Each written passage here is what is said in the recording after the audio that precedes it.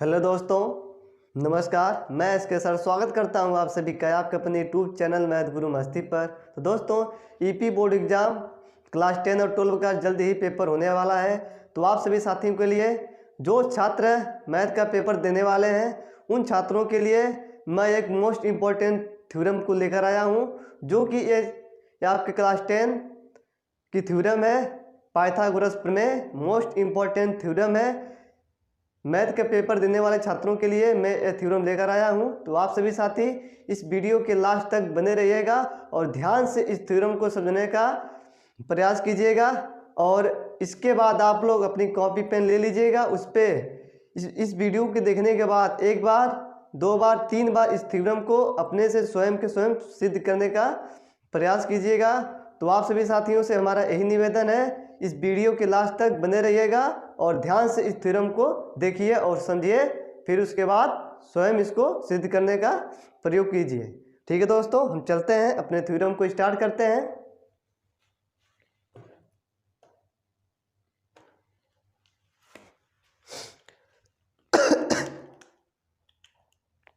देखिए दोस्तों, आपकी थ्योरम है पाइथागोरस प्रमेय। बहुत ही मोस्ट इंपॉर्टेंट थ्योरम है। ठीक है, ध्यान से देखिएगा इसको। देखिए, दिया है एक समकोण त्रिभुज में कर्ण का वर्ग शेष दो भुजाओं के वर्गों के योग के बराबर होता है। एक समकोण त्रिभुज है, उसमें जो कर्ण का वर्ग होता है शेष दो भुजाओं के वर्गों के योग के बराबर होता है। तो इसमें बोला है क्या भाई, एक समकोण त्रिभुज। तो सबसे पहले हम क्या करेंगे, एक समकोण त्रिभुज बना लेंगे। आप लोग जानते हो समकोण त्रिभुज आपके कैसे बनता है, इस प्रकार से बनता है। उसका एंगल होता है भाई 90 डिग्री का होता है। एक भुजा क्या होती है, लंबवत होती है, उसका एंगल 90 डिग्री का होता है। ठीक है, इसका हम नाम लेते हैं ए बी सी। ठीक है, ये आपका क्या भाई समकोण त्रिभुज है। ठीक है, ए बी सी, जिसमें आपका क्या है 90 डिग्री का एंगल बी है।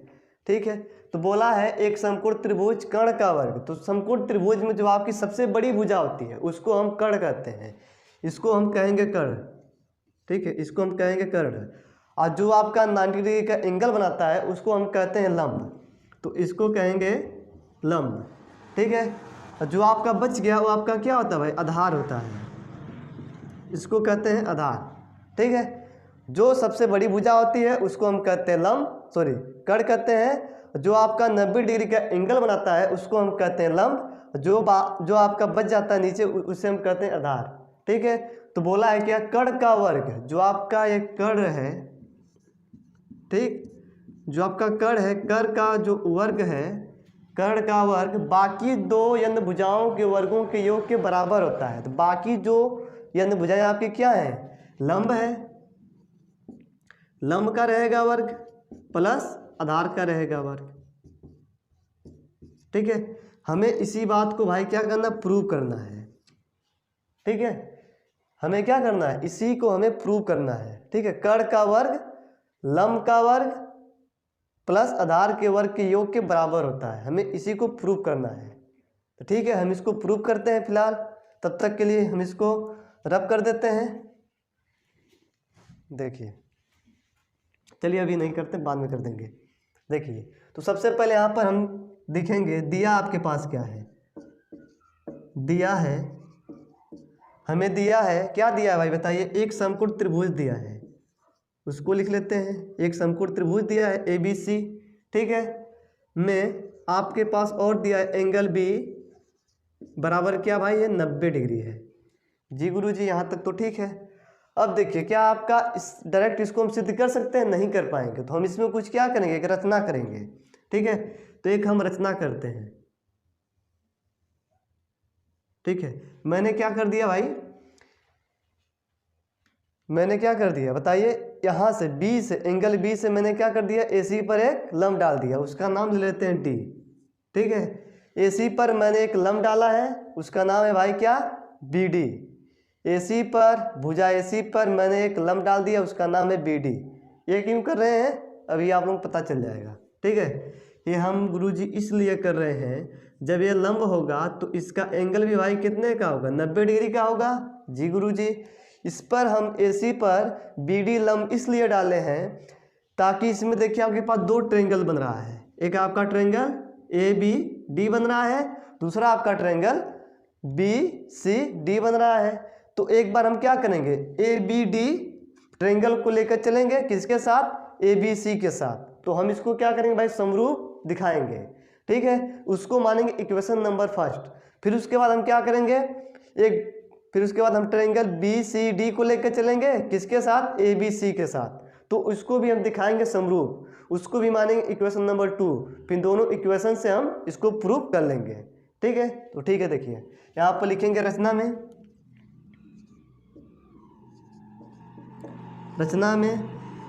मैंने भाई क्या किया है बताइए, BD AC पर लंब है, BD AC पर क्या है भाई, लंब है, ठीक है। तो हमें सिद्ध करना है,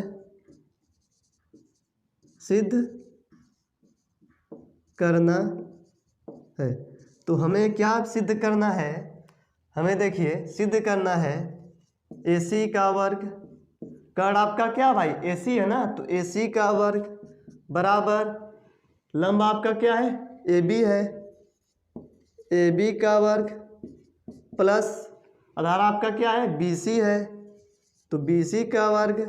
हमें इसी को क्या करना है गुरुजी, प्रूव करना है। AC का वर्ग बराबर AB का वर्ग प्लस BC का वर्ग, ठीक है। कर्ण का वर्ग स्क्वायर, लंब का वर्ग स्क्वायर प्लस आधार का स्क्वायर, ठीक है। तो यहाँ पर लिखते हैं हम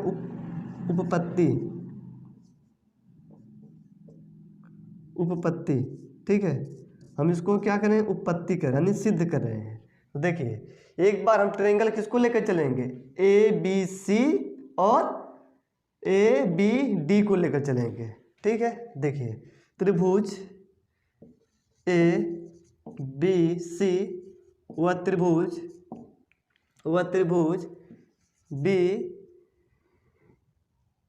BDC, ठीक है। देखिए जो आपका ट्रायंगल ABC है और आपका ट्रायंगल BDC है, इन दोनों ट्रायंगल में हम देखते हैं इसमें देखिए आपके पास मिल जाएगा angle ABC equal to angle BDC बराबर आपका होगा 90 डिग्री। अच्छा गुरुजी ये कैसे मिल गया, देखिए आप लोग, जो आपका ट्रायंगल ABC है इसमें आपका एंगल भी कितना है भैया, 90 डिग्री है। और आपका ट्रायंगल BDC है, इस BDC ट्रायंगल में जो आपका D ट्रायंगल है, D एंगल कितने का बना रहा है भाई, 90 डिग्री का बना रहा है। तो ये दोनों क्या होंगे, एक दूसरे के बराबर होंगे। तो आप कह सकते हो, क्या कह सकते हो, और इसमें आपका हो जाएगा एंगल C बराबर होगा किसके, एंगल C। अच्छा ये कैसे, देखिए ये आपका न्यून कोण बनेगा ना जी, ये आपका न्यून कोण होगा, C भी आपका क्या होगा, न्यून कोण होगा। न्यून कोण का मतलब क्या होता है, 90 डिग्री से कम का एंगल जो बनता है, ठीक है। देखिए जो आपका ट्रायंगल ABC है, आपका ट्रायंगल ABC में C आपका क्या है, उभयनिष्ठ कोण है, और आपका ट्रायंगल DBC में भी क्या है, C आपका उभयनिष्ठ कोण है। तो एंगल C के बराबर होगा। इसमें भी आपका एंगल C मिल रहा है, इसमें भी आपका एंगल C मिल रहा है, ये दोनों क्या होंगे, एक दूसरे के बराबर होंगे। तो इसका रीजन क्या हो जाएगा भाई, उभयनिष्ठ कोण,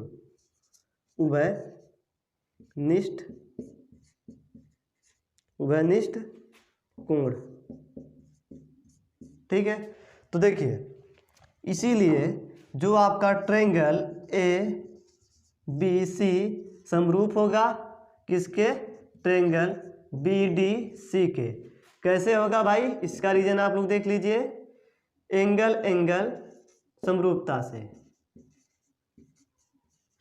एंगल समरूपता से। देखिए इसमें आपका क्या उभयनिष्ठ कोण मिल गया है, इसमें भी इस ट्रायंगल में भी आपका क्या C उभयनिष्ठ कोण है, इस ट्रायंगल में भी क्या आपका C उभयनिष्ठ कोण है, यानी ट्रायंगल ABC में भी C क्या है, उभयनिष्ठ कोण है। ट्रायंगल BDC में क्या है, C उभयनिष्ठ कोण है। तो एंगल समरूपता से ABC समरूप होगा किसके, ट्रायंगल BDC के, ठीक है। तो देखिए तो जब दो त्रिभुज आपस में समरूप होते हैं तो उनके भुजाओं का रेशियो भी क्या होता है, एक दूसरे के बराबर होता है। तो आपका हो जाएगा, बताइए, आपका हो जाएगा BC बटा DC तो बी सी बटा डी सी बराबर होगा किसके, बराबर होगा किसके, बी सी बटा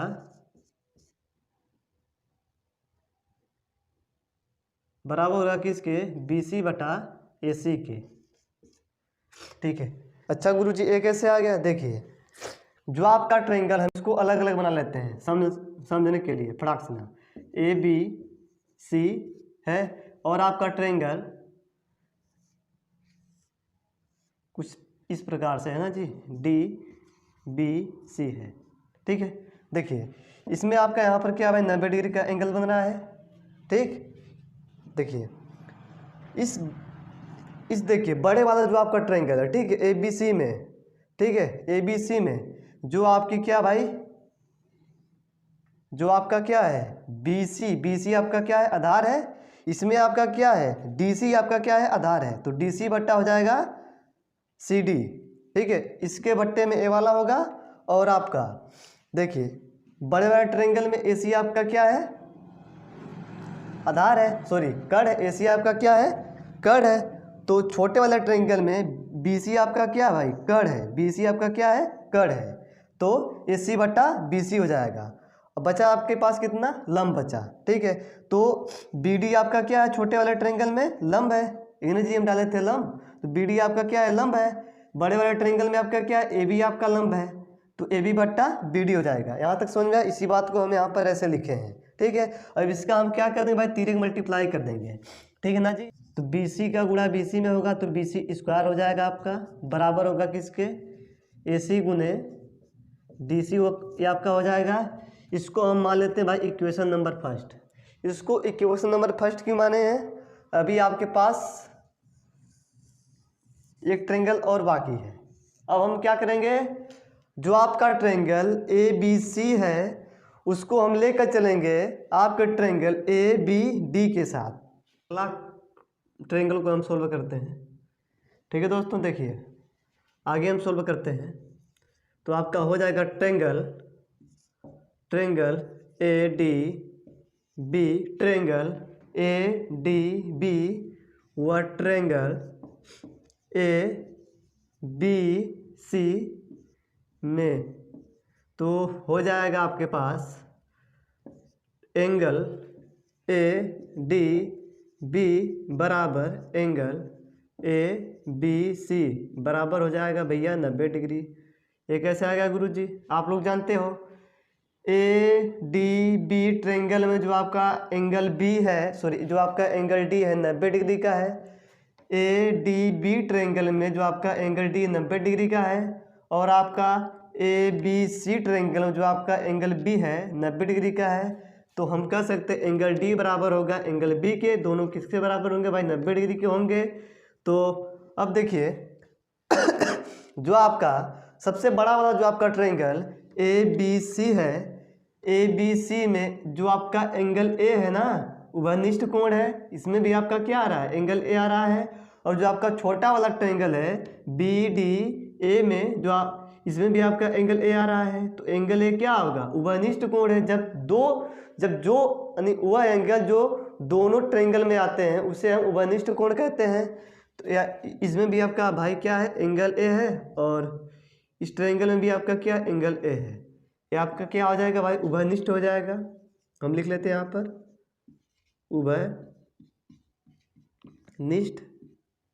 उभयनिष्ठ कोण। ठीक है, उभयनिष्ठ कोण आपका हो गया। तो आप कह सकते हो एंगल समरूपता से आपका ट्रायंगल ए डी बी समरूप होगा किसके, ट्रायंगल ए बी सी के।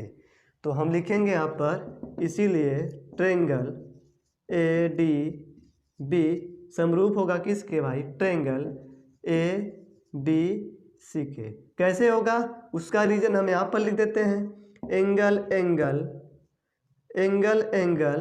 समरूपता से, एंगल समरूपता से।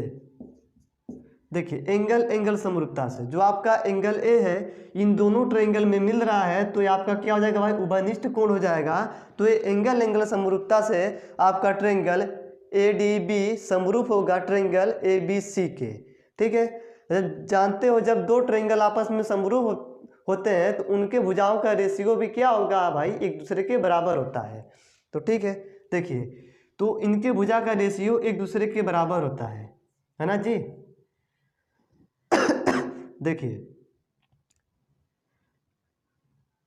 जो आपका AD होगा, AD बट्टा क्या होगा भाई, AB होगा, AD बट्टा AB होगा बराबर जो आपका AB होगा, जो आपका AB होगा, जो आपका AB होगा बट्टे में क्या होगा भाई, AC होगा।